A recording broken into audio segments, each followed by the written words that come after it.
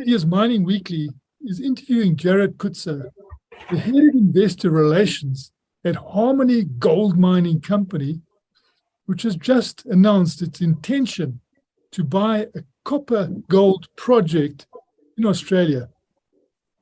Jared, for many years, Harmony has held onto the still undeveloped copper gold Wafi-Golpu project in Papua New Guinea. Why should you want now another undeveloped project? Thanks, Martin. I mean, it's a good question and certainly one that's come up a lot. I think the important thing to understand is that this Australian asset is permitted. Wafi-Golpu is not permitted. And that has been the real Achilles heel for us over the last few years, is getting this special mining lease in place. One of the big decisions behind the Eva Copper acquisition was the fact that it's in a tier 1 jurisdiction, low operating risk, and that it's been permitted. So, I mean, we feel that this really does transform our business. There's a whole host of things which are really positive that come with this transaction. What it does, it brings forward the copper gold story. We've been talking about Wafi-Golpu for many years now. And it's the perennial gorilla in the room, where we were in Denver a couple of weeks ago. It's the first question that gets asked: where is Wafi-Golpu? And the narrative which Harmony's been talking about for the last number of years is this copper gold story. It's very important to us, and I think it's a great opportunity for us to fast track that story. The exciting part with this Eva Copper project is that it's actually near-term production. The project itself is a quick build, that it's permitted. We understand the risks. We understand what needs to happen, and it's 100% owned and operated. We're fully in control of this project. So it's really brought forward this copper story, and what it does, it actually introduces a producing copper asset well before Wafi-Golpu actually reaches its peak capex. So it dovetails really well between where we are now and where we want to be in a couple of years' time. But copper, it's a great future-looking metal, and the owner of Eva is wanting to dispose of it. So why do they want to get rid of it if everybody's trying to get their hands on copper? So the Copper Mining Corporation, they've actually got a very large asset. Their flagship asset is in Canada, British Columbia.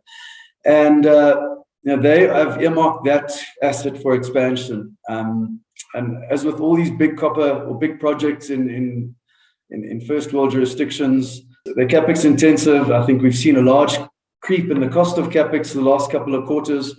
And that really was the intention, is for them to actually use the funds, to monetize the Eva asset to deploy for the growth of their British Columbian or their Copper Mountain asset.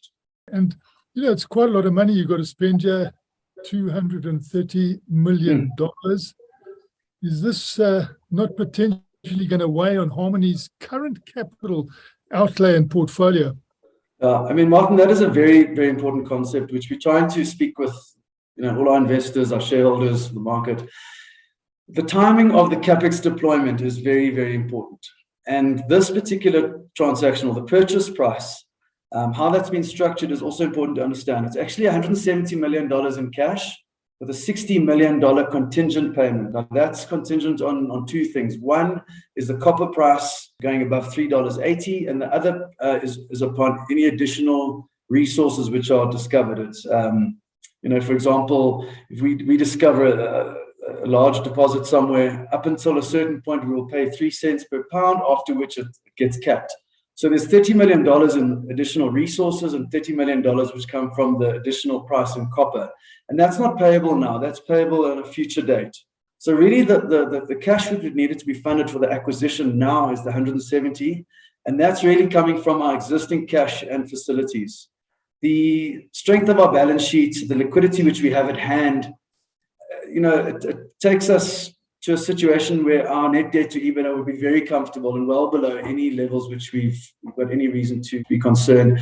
So we're very comfortable to actually just pay cash for this now, and then when the Capex spend comes in a few years' time, we'll cross that bridge when we get there.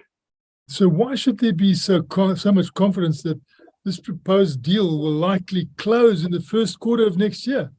The Reserve Bank approval's in place. We're busy with approvals from the Australian regulator.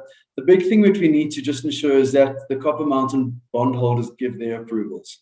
Now, from their perspective, this de-risks their positions substantially because they're seeing a cash injection into the business. So from a bondholder perspective, it vastly improves their chances of lowering their credit risk, if we can call it that. So we think that's a very, very low risk. Almost, in our view, it's almost a given that this transaction will be approved. So just looking overall, what in your view then should be the biggest takeaway from this acquisition announcement? And Martin, we've been talking about our capital allocation for a couple of months now, and you might have seen in our FY22 presentation we had a little diagram that was cut into circled into 4 slices, and that's really how the Harmony business. We talk about our equity story in 4 parts. We've got our existing or our older underground portfolio, the newer assets or the high-grade portfolio, our surface source business, that's the career run project which we're investing in. And then we've got this international portfolio. And that is made up of Hidden Valley, the Wafi-Golpu, the Tier 1 Wafi-Golpu asset. And now more recently, we've acquired Eva Copper. So we've got a far larger international contribution coming from gold and gold equivalents. And I think that's really the exciting story, is that Harmony's production is going to be diversified across numerous jurisdictions, copper or green future-facing metal, as well as gold. And I think from an overall risk perspective, it really does transform our business, and we've got a really exciting future ahead. And I think this really plays nicely into the overall Harmony copper gold narrative, which we've been talking about for the last few years. That was Creamer Media's Mining Weekly interviewing Jared Coetzer, the head of investor relations at Harmony Gold Mining Company.